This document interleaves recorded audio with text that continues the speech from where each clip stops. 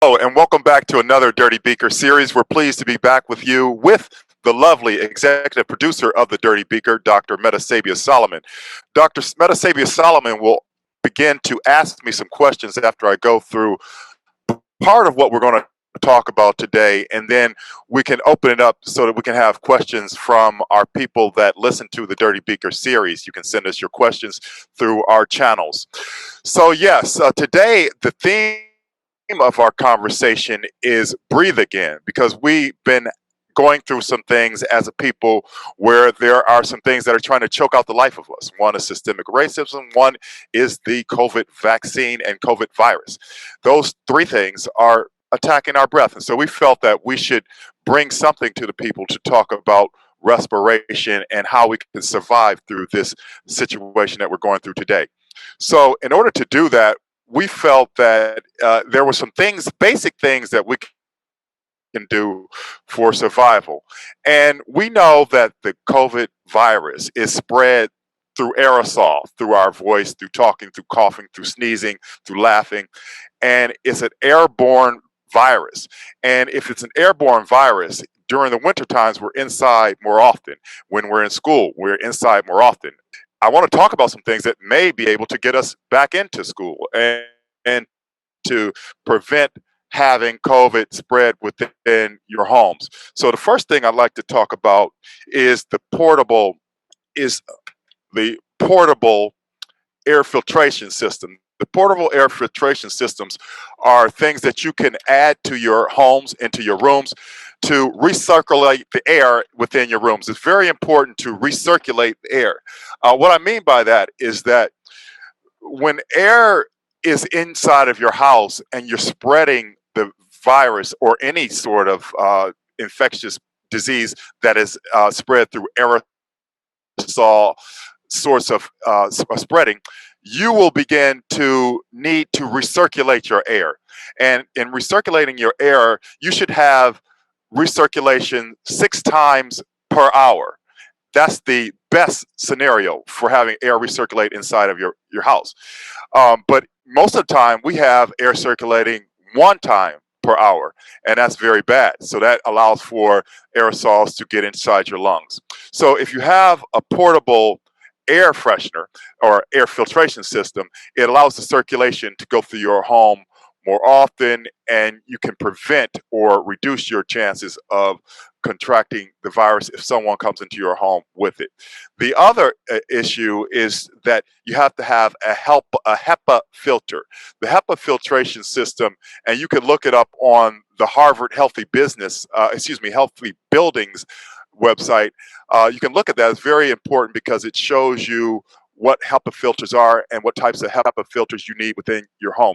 But it's very important if you get a portable air filtration system to have a HEPA filter.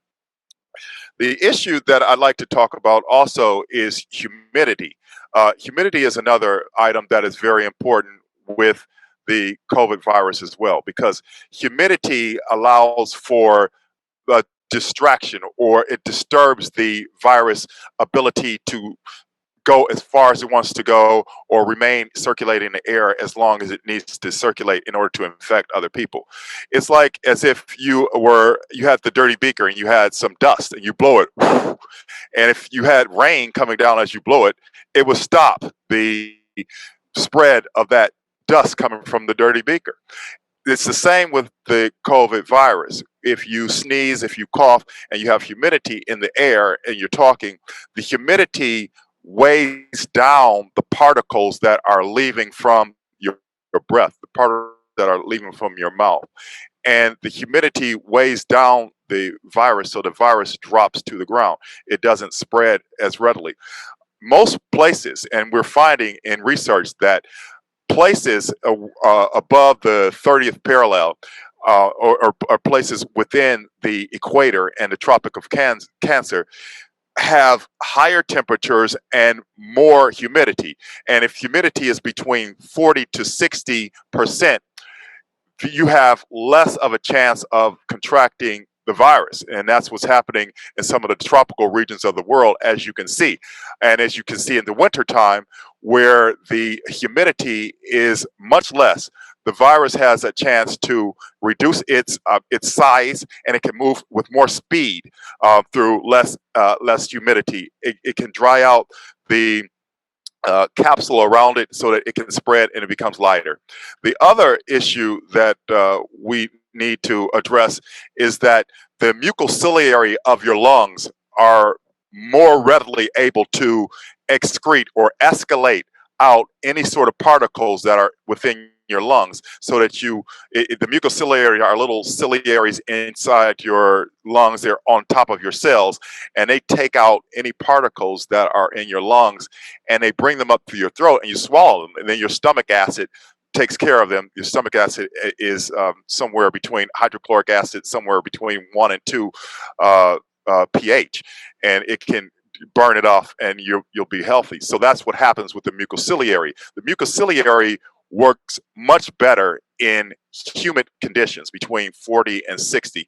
And again, in the wintertime, humidity is somewhere around 20 or less.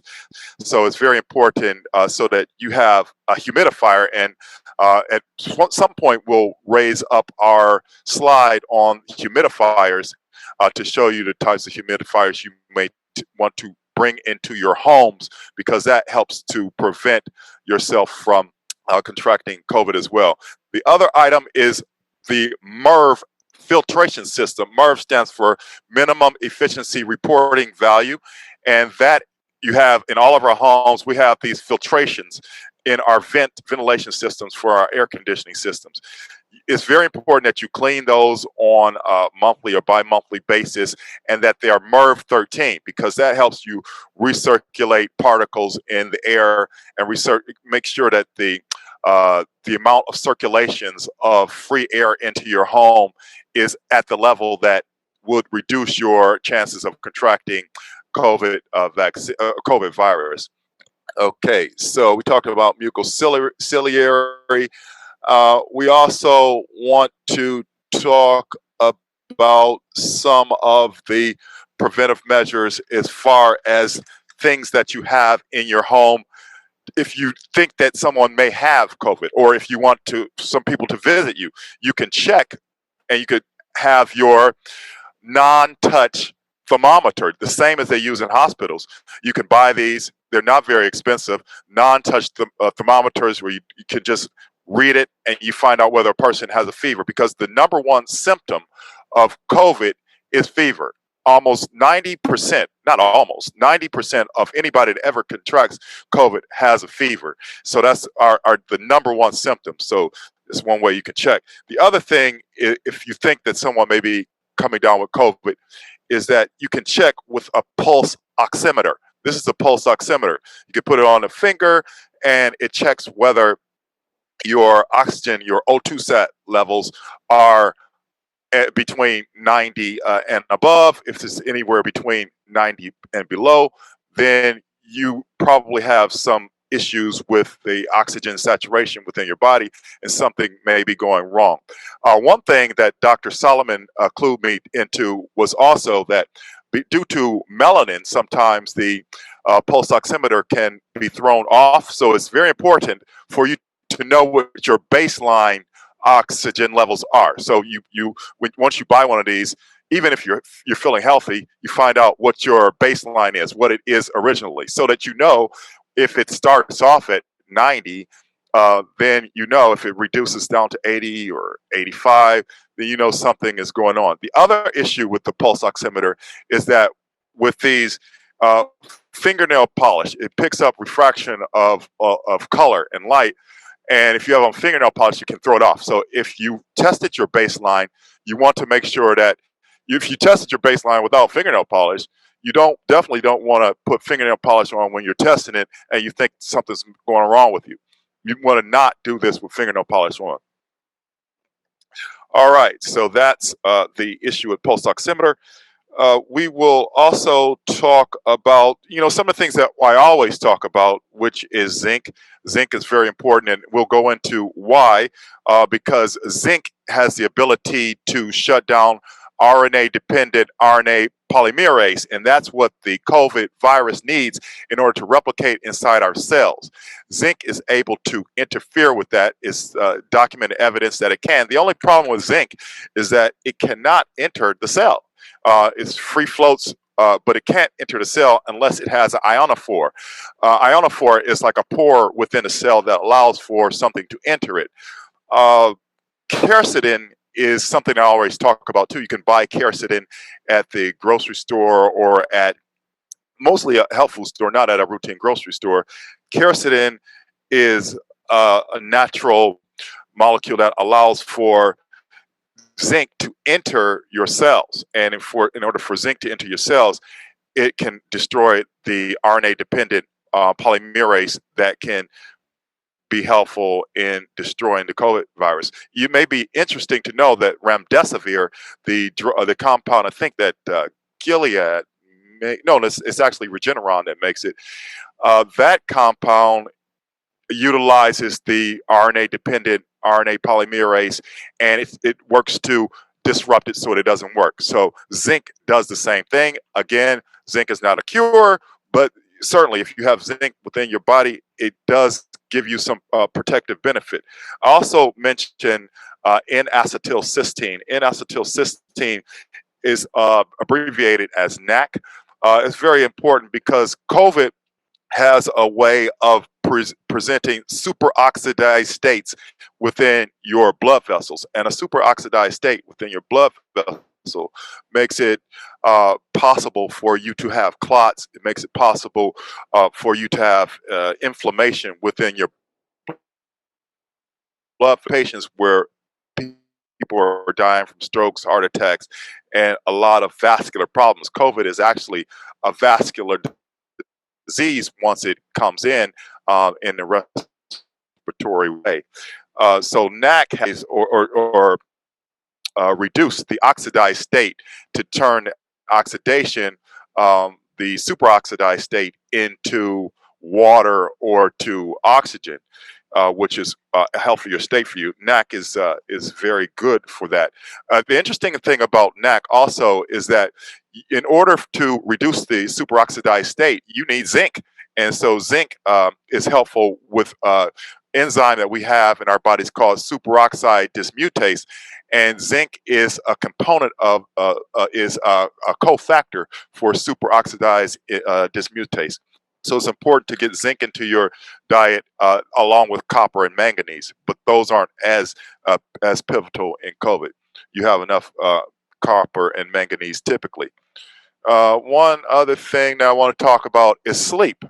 Sleep is very important because when you sleep, or when you don't sleep, you don't get enough sleep, we recommend at least 7 or more hours of sleep, between 7 and 9 hours of sleep per night, because when you are not sleeping, you have you have serotonin, you have epinephrine, histamine, and dopamine. These are neurotransmitters, but they also hit the receptor of T cells. T cells need to connect with the COVID virus that has entered a cell. Once it enters the cell, the major histocompatibility molecules put it on top of the cell, and the T cell is able to engulf it, particularly a cytotoxic T cell, a T8 cell. When a cytotoxic T cell is able to engulf the cell that has the virus, it reduces your chances of allowing it to spread. When in awake hours, the serotonin, histamine, epinephrine, and dopamine attach to the GS protein, or what we call the G protein, G alpha S protein, G alpha S receptor, and it's called a G protein on cells, and it creates it causes ATP to convert into CAMP, and CAMP interferes with the T cell's ability to fight the virus. When you sleep, it doesn't allow for serotonin, epinephrine, dopamine, and histamine to do that, and that's why sleep is very important in preventing yourself from contracting COVID. Sleep is very important. The other item that I wanted to talk I talked about cursing and neck, zinc.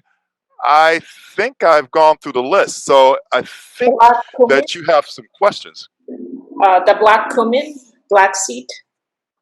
Well, the reason I brought black seed out is that it has quercetin in it, but it also has a lot of uh, omega-3, omega-6, and omega-9 fatty acids, which are antioxidants that also help to reduce the superoxide state of COVID. As I mentioned before, the superoxide state creates inflammation and wreaks havoc within our blood vessels. And uh, substances and seeds like black seeds are extremely important. Black seeds were originated from the region that you come from, Dr. Solomon, in the Yes. region of Nubia, Kush, and Ethiopia.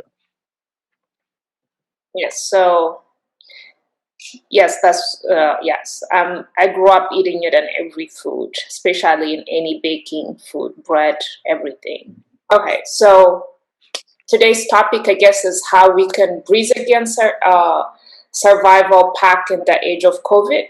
So the question I hope you get out of this session today is the importance of ventilation and preventive care to get rid of this fear that is coming in from COVID. What if I get the COVID? What can I do? So hopefully we're empowering you how you can take care of yourself.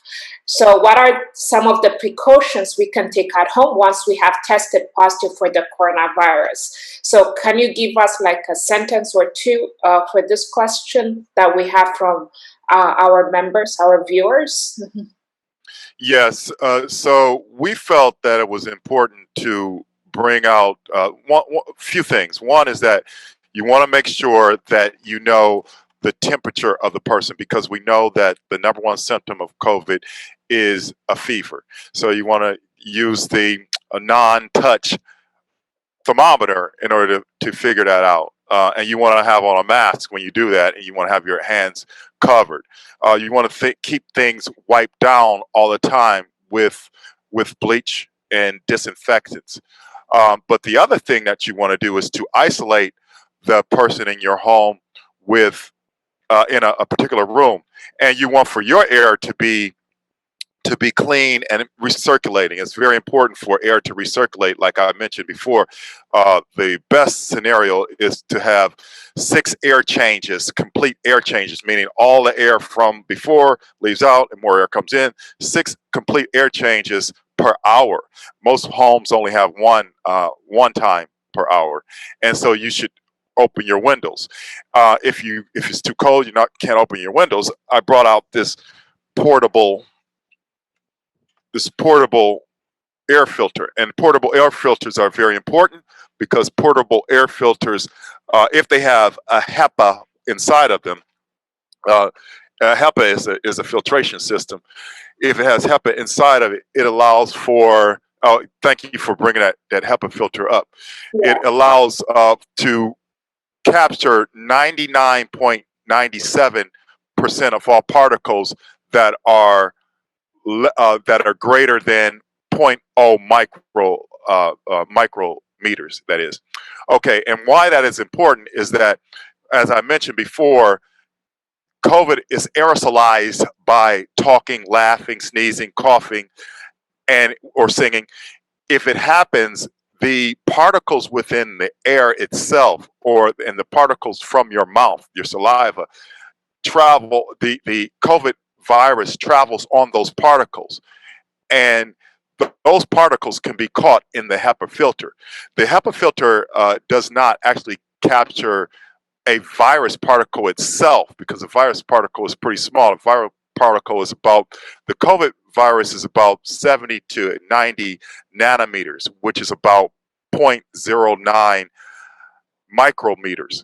And as I mentioned, this captures 0.3 micrometers. So the virus itself is a little bit smaller, but because COVID has to travel on saliva particles, it travels and it's heavier. than the actual particle itself, and it's bigger than the particle itself, so the HEPA filter can capture it. The other issue that I mentioned is to have a humidifier, because the humidity in the air, most of the times in the wintertime, you don't have enough humidity in the air, and the humidity interferes with COVID virus able to travel. So you can remain safer in the areas that you're in when a person in your house is in the house, isolated in an area, because you're recirculating in the air. That helps to prevent the continual spread of COVID. So filtration systems are very important. One other thing is to have a pulse oximeter within your home so that you can know if a person is going to a hypoxic state, meaning a person is not being able to bring in enough oxygen or have their body utilize that oxygen to oxygenate their organs. And that is called a hypoxic state. In order to know whether they're going into some hypoxia, you need one of these pulse oximeters. And a pulse oximeter, you put it on the finger, as I mentioned before, and you watch and you measure to see where the oxygen saturation is. It should be around their baseline, or it should be between 95 and above, or 90 above, depending on what their baseline is. If it's below 95, if it's below 90, then you know they're going into a hypoxic state, and you need to maybe take them to emergency or consult with your physician. All right. Any more questions? Yeah, I do. I think you answered this one. Do you think the hot, humid weather in sub-Saharan countries plays a role in the slower spread of virus? Yes, we do have some good evidence to say that. There's some great studies coming out of Australia and New Zealand that really cover this. And you could also look on those studies from I think it's the Harvard Healthy Buildings website that has some good information on it. But again, because the sub-Saharan nations of the world have more humidity, between 40 to 60 psi, and excuse me, not psi, between 40 and 60 humidity ratios. Those ratios are conducive to allowing the mucociliary of your lungs to remove particles, particularly viral particles, from your lungs. It's also good in interfering with the virus ability to travel and linger in the air for longer periods of time. In some places, and I've lived in the islands, lived in the Cayman Islands, and there, you know that sometimes every day it was 95% humidity. And that's great for reducing the ability for the virus to spread, because the virus, hits a wall with all of this humidity or water in the air, and it weighs it down. So the virus doesn't linger in the air, it falls to the ground. So it's very important. And I think that's why we're seeing lower rates in sub-Saharan nations. So the next question is that what are the natural precautions people can take to boost their immune system? So that's one of the questions, and I guess you can summarize it in terms of the vitamin D or the zinc that they have to take. So how does the vitamin D3 play a role in protection, fight the virus once infected, and what is the relationship between vitamin D3 and our immune system? Yes, I had several lectures on vitamin D3, so I don't want to go too deep into it, but I guess if people haven't seen those lectures, Yeah. I need to go into it a bit. The sunlight hits our skin, and the sunlight activates the pre-vitamin D3, and that pre-vitamin D3 goes into the bloodstream.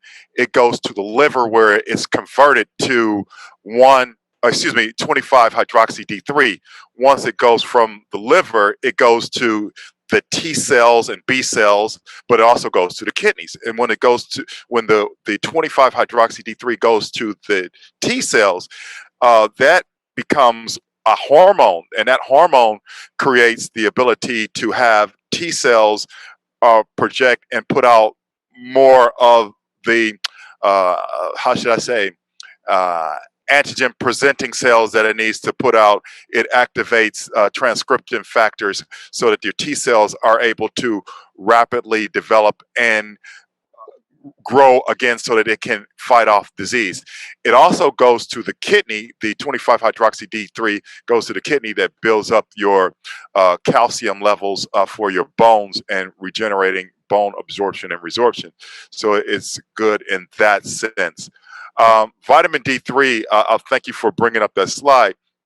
Vitamin D3 is very vital for inducing the T and B cells so that it strengthens your immune system. One other thing that I mentioned before is to make sure that you reduce your high fructose corn syrup, not reduce it, get rid of it completely out of your diet, because that prevents your ability for your 125 hydroxy D3 to work, because it has what we call 24 hydroxylase, and that 24 hydroxylase deactivates the 125 hydroxylase and doesn't allow it to do the great things it will do for your T and B cells, as well as the things that it will do for your kidneys and stimulating that calcium. Okay. So similar to zinc, similarly, zinc, quercetin, and NAC, do they have similar mechanism, or are they complementary to each other? Oh, great question. Yes, so zinc is very important, as I mentioned before, because zinc interferes with what we call RNA-dependent polymerase. So RNA-dependent RNA polymerase is what the virus uses inside of your cell in order to replicate itself, to make itself again. So zinc, as you can see in certain articles, many articles, that zinc can interfere with this, what we call replicase. That's the shorter version of RNA dependent RNA. Is called replicase. Again, as I mentioned before, remdesivir is a drug that interferes with this replicase, and zinc can do the same thing. The reason that quercetin is important is because quercetin is it's an ionophore. It's like a pore or a transport that allows for zinc to enter your cell. Zinc is unable to enter cells. You can take zinc as much as you want. It's not going to enter your cell. But unless you have an ionophore that allows it to get inside of the cell in order for it to have its effect on RNA-dependent RNA polymerase. And then NAC has its way. This is pretty much unrelated to quercetin, but it's related to zinc indirectly. But NAC has the ability to bust up clots because it interferes with von Willebrand factors, which is a precursor for clotting factors. We know that in COVID, there's a lot of people that are dying from excessive clots. And we know that it is a vascular disease. NAC also reduces the superoxide state within the blood vessels. And we feel that NAC is very important and vital for that. The reason that is related to zinc is that NAC has ability to induce superoxide dismutase, which is an enzyme within the blood that allows for you to turn these superoxidized states back into a reduced state that is more healthy for your body. And so zinc is part of the superoxide dismutase cofactors. So zinc is very important in that regard too. Okay. So what are the foods that are rich in D3, zinc, quercetin, NAC? And what is your recommendation on taking additional supplements? Well, as you can see on the screen, and thank you for posting that screen, that legumes, particularly, I actually put up some what I enjoy, chickpeas a lot. Cashews are very rich in zinc. Pumpkin seeds are very rich in zinc. Oatmeal, I eat a lot of steel cut oatmeal. It even has more zinc in it.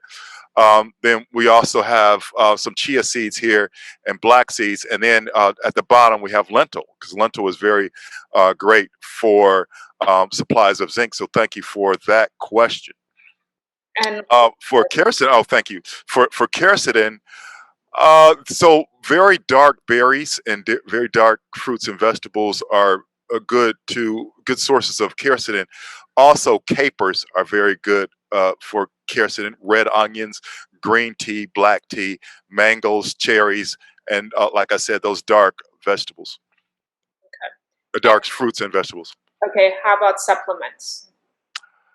As far as supplements, yeah, you can find quercetin in your health food stores. You can't really find it in a grocery store, but you can find it in supplementation.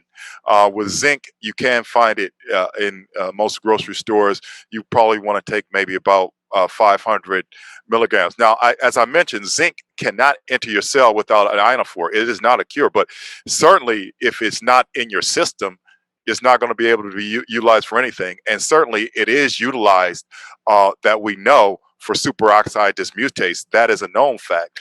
And that superoxide dismutase does not work without zinc. So we do feel that zinc should be in your system. And zinc is not a water. Zinc is a water soluble vitamin, or I should say mineral. And because of that, it's safe because your body will eliminate it as long as you drink enough water. So the question is, good night's sleep has always been associated with a good health to stay alert and also fight the common cold, flu, or virus. Is this true? And yes, there's some really great sleep study and sleep data on sleep. And what sleep does, and as I mentioned earlier, is that sleep has the ability to allow for your body to rest and allow for your neurotransmitters to rest during that period of time. The neurotransmitters, epinephrine, dopamine, histamine, and serotonin, are upregulated during regular hours. And when they are upregulated, they have an influence on what we call the G protein alpha receptor. And the G protein alpha receptor on T cells stimulates ATP to form into CAMP, and that CAMP interferes with CD8 T cells from doing its thing on and destroying a cell that has the virus expressed on the major histocompatibility molecule on top of the cell. So, the major histocompatibility molecule that's showing the particle of the virus to the T cell allows for the T cell to go for it and destroy it. The CAMP interferes with that. So during awake hours, you're stimulating all of this ability to interfere with the ability to interfere with the ability for T cells to do their thing. When you sleep, it allows for the reduction of CAMP, not as much stimulation of ATP turning into CAMP. So you're allowing for your T cells to destroy the virus. So sleep is very important. We're recommending at least 7 hours. 7 to 9 hours is the recommendation. okay, so I guess And a night sleep as well. It's very important. Sorry.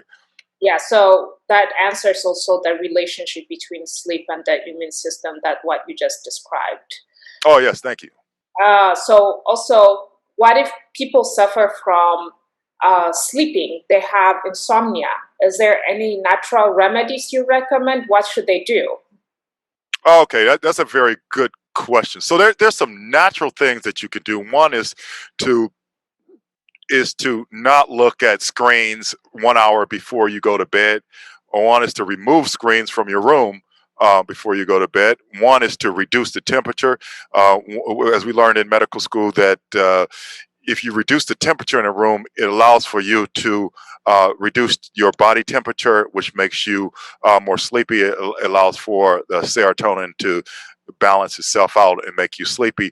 One natural remedy also is melatonin. If you take melatonin maybe an hour before going to bed, it's a natural hormone that you can take in order to make sure that you can sleep, because sleep is very important, and to stimulate it is very important as well. Yeah, and also to reduce caffeine intake a few hours before. Yes. Night. Yeah. Very important. Yeah, reduce it even in the afternoon so that you can have a good night's sleep. Yes, indeed. Yes. And which is hard. Being as an Ethiopian, it's hard to reduce coffee, but we have to try. That's right. And black cumin seed. Black cumin seed has a lot of, it actually has 3 of the omega fatty acids in them, 3 of the main ones, omega-3, omega-6, omega-9. So it's incredible with that. It's just incredible phytosteroids involved in it. As you can see on the list here, it goes down, protective properties in central nervous system for Alzheimer's disease, biochemical impact on pancreatic beta cells, that can also reduce the sugar intake, as I mentioned before, the relationship between sugar and interfering with the actions of vitamin D3, protective against the heart and vasculature. And with COVID, of course, we know that is a vascular disease. So any protection that we have is great. And then the protection of mucous membranes in the respiratory tract. I mentioned that the ciliary of the pneumocytes, or the lung cells, are very vital to ridding yourself of particles within your lungs. So I can't stress the fact that black cumin seed is a miracle sort of seed that everybody should add to their diet, and I brought some out. Yes, so there's a lot of publications, scientific publications. They even call it the miracle seed, actually, because how important it is, and you can include it in your daily diet. Yes, thank you. And that's pretty much it. Thank you. Oh, thank you very much for joining another Dirty Beaker series. We hope that these allow you to take on some preventative measures to make yourselves safe and sound in these critical times that we're facing. Thank you all for joining us, and thank you, Dr. Solomon, for this great series. Yeah, thank you. Thank you for taking your time and going in deep in explanation.